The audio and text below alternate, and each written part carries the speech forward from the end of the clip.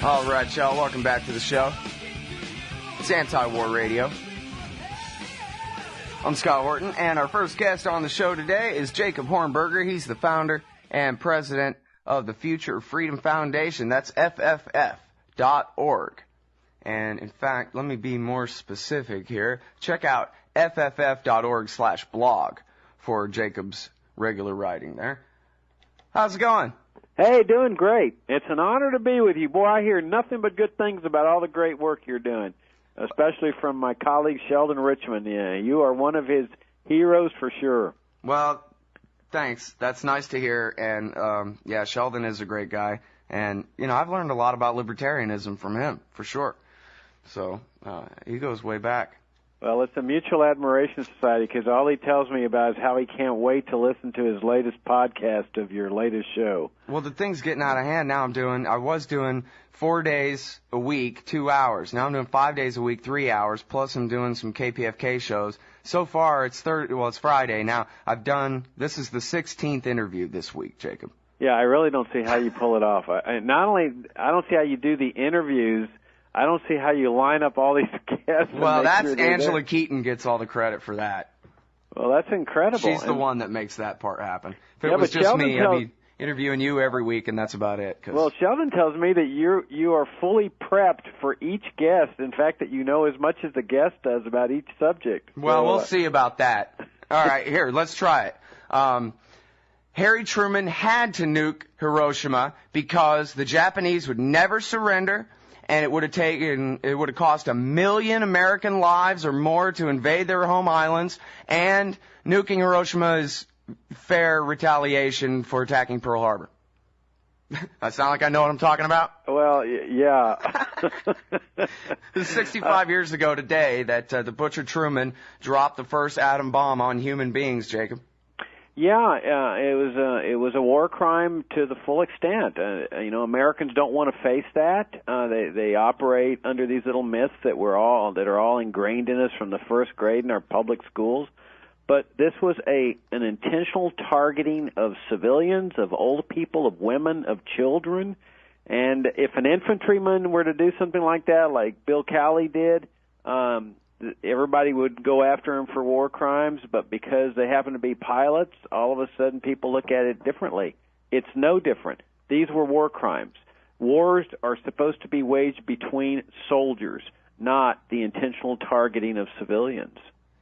Well, and I think something that the American people are really, somehow this is like a secret they're not let in on or something, and that is that all of the military guys that we think of as Republicans, many of them actual Republicans, like Ike Eisenhower, what's his name, MacArthur, all those guys, they all opposed it, right? It was Henry Stimson in the War Cabinet and Harry Truman who basically decided to do this over the objections of everybody else. Well, yeah, and I mean, as you know, the Japanese were putting feelers out. I mean, they were on the ropes. It was just a matter of time. Everybody knows that, and everybody knew it at the time. They had put the feelers out through the Soviets and through the Swedish government that they wanted to talk peace. And, that raises this whole notion of this unconditional surrender demand. Everybody just automatically assumes, well, gosh, there's no alternative to unconditional surrender. Well, that's just nonsense. You could have easily negotiated a surrender that let them keep their emperor and their imperial system, which they ended up doing anyway. That most likely would have satisfied the Japanese. But instead, they go off on this idiotic unconditional surrender demand and killed 200,000 people just to get that unconditional surrender, and then let them have their imperial system anyway. Well, by that time, August 1945, there was no Japanese Navy or Air Force left to speak of, right? That's right. And we had broken the Japanese military codes by that time, so any defense, which they didn't know, so any defense of Japan to an invasion could have easily been circumvented. But they've inflated the numbers for decades. They've inflated the numbers. They said, 500,000 American troops would have died, or 1 million Japanese would have died and stuff. The estimates at the time ranged in the tens of thousands. if it had even come to that, which is very unlikely. But even if it had, this is war. And in war, soldiers die. And it's never a moral justification to say, well, look, we killed 200,000 of their civilians, their women, their children, their old people, but that saved the lives of X number of American soldiers. That is totally illegitimate. You go to war, and soldiers are going to die. That's the fact of it. If you don't want that to happen, then negotiate a peace before this unconditional surrender demand is implemented. Right, yeah. Well, it really is. It's just like the war party nowadays. They always start off with a premise that's completely preposterous. They must give us an unconditional surrender. Who ever heard of that? I mean, that's ridiculous. And yet, no, everybody knows that's the starting point. It's also the starting point from any argument that anybody has about Hiroshima today. How else were we to get our unconditional surrender? And nobody ever questions whether that was proper or not. I mean, we could have got a conditional surrender from the Nazis. They would have got rid of Adolf Hitler, and probably could have got the German army to get rid of the Nazi party, and ended that war long before Stalin had rolled into all of Eastern Europe. But no, we have to have an unconditional surrender. You got that exactly right. That there was a section of Germans, including within the military. I mean, that's what that assassination attempt on Hitler was all about. People like Rommel and stuff that would have been willing to talk about ousting the Nazi regime and installing another regime that would have been more palatable to signing a peace agreement. And Roosevelt would not negotiate with any of them. He had this unconditional surrender demand.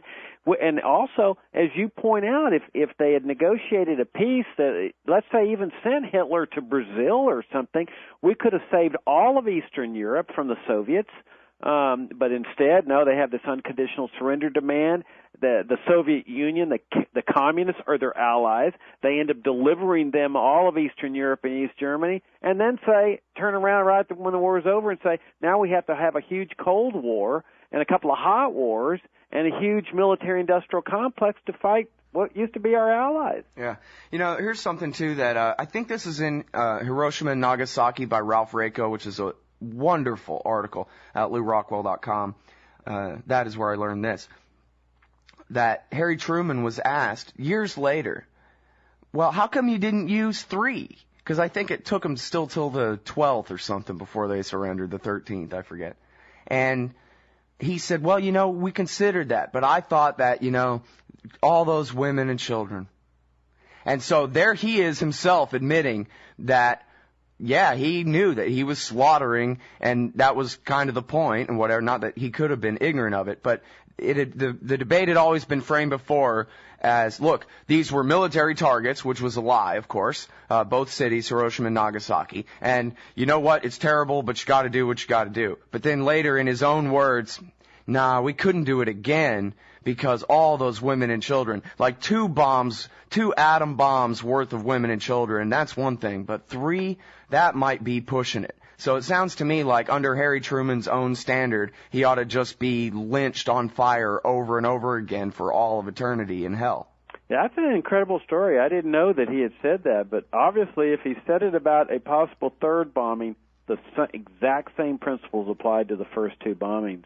And we also should point out, Scott, that as bad as the atomic bombs were, that the U.S. government was still doing some pretty bad things in terms of their fire bombings of Tokyo and the other Japanese cities. I mean, this is the type of thing that America, even in the midst of war, that America should not be engaged in, and that's the intentional killing of women and children and old people and civilians. Well, the music's playing here, so we got to go out to break, but I do want to talk about that in more depth when we get back. After all, the only reason they nuked Hiroshima and Nagasaki is they were the 2 cities that hadn't already been burnt to the ground. And so they made good tests for the new technology. It's Jacob Hornberger. We'll be right back after this. Anti-War Radio. You can put the Liberty Radio Network on the air in your area. Visit broadcast.lrn.fm to learn how. Broadcast.lrn.fm. I'm about to have a nervous breakdown. My head really hurts. If I don't find a way out of here, I'm gonna go berserkers. I'm crazy and I'm hurt. All right, y'all, welcome back to the show. It's Anti-War Radio. I'm Scott Horton. I'm talking with Jacob Hornberger. He's the founder and president of the Future Freedom Foundation, which is a hell of a thing. You know, the War Party has their WINEP and their CFR and their JINSA and their Foreign Policy Initiative and their Emergency Committee for Israel and their American Enterprise. Boy, pardon me, I can't list all the think tanks that take the rest of the interview. They got their think tanks. Well, we got the Future Freedom Foundation, Jacob Hornberger's place there. And now, before we went out to break, we were talking about the firebombing of the Japanese cities before they actually went to the lengths of splitting uranium and plutonium atoms apart in the presence of women and children and the elderly. And really, as somebody in the chat room was pointing out, there are far more casualties from the firebombing of Japan by the U.S. Air Force, Jacob, than there ever were from the nukes. Well, that's right. And the principle is no different. I mean, the U.S. should not have been involved in doing this type of thing. I mean, you know, even the Japanese, you know, when they attacked Pearl Harbor, they attacked the military installations there. And I'm not suggesting that they hadn't committed war crimes over in China, which of course they had and so forth. But the point is that the U.S. should stand above this type of thing. I mean, we're different from everywhere else. We're supposed to be different. And the thought of bombing cities with women and children in there, non-combatants, that is not something that we're supposed to be doing as a nation. Violates everything that we stand for in terms of moral principles, religious principles, just war, waging of just war, and so forth. Yeah. Well, you know, again, I think this is kind of the history that doesn't get told. I mean, people say, well, yeah, you know, they firebombed Tokyo. What does that really mean? Well, it meant that like 100,000 people who jumped into the river to try to avoid the flames boiled to death in one night. That's what it means. It means the worst kind of nightmares that anyone could ever imagine happening at the hands of Harry Truman. Right, right. I mean 100,000 people boiling in the river. I mean, what? I can't even imagine that. And I got a very visual imagination. Right. I think in Tokyo they killed some 85,000 people. And they were firebombing some 50 or 60 other cities. They killed, I think it was in the neighborhood of 300,000 people. And we're not talking about soldiers. We're talking about civilians, non-combatants. Yeah, you know what? I might have got a decimal point wrong there. That might have been 10,000 that boiled to death in one night in the river. Anyway, it's too many to be boiling to death in rivers, if you ask me. And again, for a country that was already defeated. And now let me ask you about this, Jacob, because it seems like there was a purpose. It wasn't just stupidity. There was a real purpose in demanding unconditional surrender, and that was we wanted to replace the Japanese greater co-prosperity sphere with our own. And as I forget who said it, but it's so great, I'm going to repeat it anyway.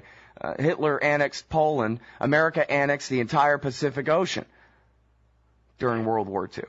Well, yeah, I mean, there's no question but that this was the rise of the American empire after World War II. I mean, the United States, you know, didn't have to fight any of the war over on our homeland, and we ended up with this huge, giant military and military-industrial complex, a new official enemy, communism, Soviet communism specifically, which had been our ally throughout World War II. And yeah, this was the rise of the U.S. empire that had gotten its start back in the Spanish-American War, and we had the Korean War result, the Vietnam War, all the invasions, incursions in Latin America, the Middle East stuff. I mean, it goes on and on. You know, when people ask about my favorite interviews that I've done, it's really hard to pin them down because it's been a long time. It's been, you know, I don't know, more than 1,000 interviews anyway, 1,400 of them or something by now. And there's lots of apples and oranges to compare. But as far as, you know, revisionist history, one of my favorites, Jacob, is my interview of you about Operation Keelhaul, which is the other theater of this war. Although, for all I know, they pulled the same trick in the Pacific. But tell the people kind of briefly, would you, about Harry Truman and the Russian prisoners? Yeah, this was just an absolute horror story of World War II. I mean, it really goes to show you how war can degenerate a civilized people into doing some horrible things. One of the fascinating parts of World War II is that the real battle in World War II was really between the Soviet Union and Nazi Germany. And it was really a matter of who was going to win between those two. And so you had communism fighting Nazism. And in the middle of this thing, there's a huge army, Soviet army, that's taken captive by the Nazis, and it's headed by a guy. Oh gosh, his name escapes me right now. Does it ring a bell for you? No, I'm sorry. Okay. Well, very famous Russian general. He had saved, I think it was Leningrad and so forth, and but he gets captured. And so they bring him back, and he starts doing some reflecting, and he starts realizing that the jerk that Stalin is, just a communist, no good. And he realizes that this is not good for his homeland, the Soviet Union. And so he tells the Nazis, "Look, I will help you defeat." Vlasov, that's who you're thinking. Vlasov. It was General Vlasov. So he forms his own army under Nazi command to defeat the Soviet Union, the Soviet communists. So obviously somewhat naive, thinking that, if they win, that the Nazis would let him establish his own free country. But in any event, so the war is over, and Stalin, of course, knows what Vlasov does, along with a lot of other Russians that were fighting against the communists in their own country, and the Cossacks, for example. And so he demands that the U.S. turn over these Russians to him, and there's also some of them that are being held prisoner at here in the United States. And so, what does the U.S. do? It honors this request. It's just an absolute horror story. I mean, what they really should have done was not forcibly repatriate these people to what was certain death. But they did. They deceived them. They rounded them up, told them that they were going to be trucked for some other purpose, and they turned them over to the Soviets. And the ones that they were taking to the ships over in Seattle and other parts of the United States, they were fighting violently with resistance to this, and then begging that the U.S. just kill them, rather than turn them back over to Stalin. And of course, we all know what the communists and Stalin were susceptible of. Well, they undoubtedly tortured Vlasov, and they tore his body into several pieces and hung the body parts around Moscow to send a message to everybody that this is what happens to traitors. And this is what happens to people who trust Harry Truman. Right. Well, and today, what's interesting, since the fall of the Berlin Wall and the demise of the Soviet Union, Vlasov has been resurrected, I guess that's the right word, where he's treated as a hero now. I mean, the Russian people recognize that this was a man that was standing on principle.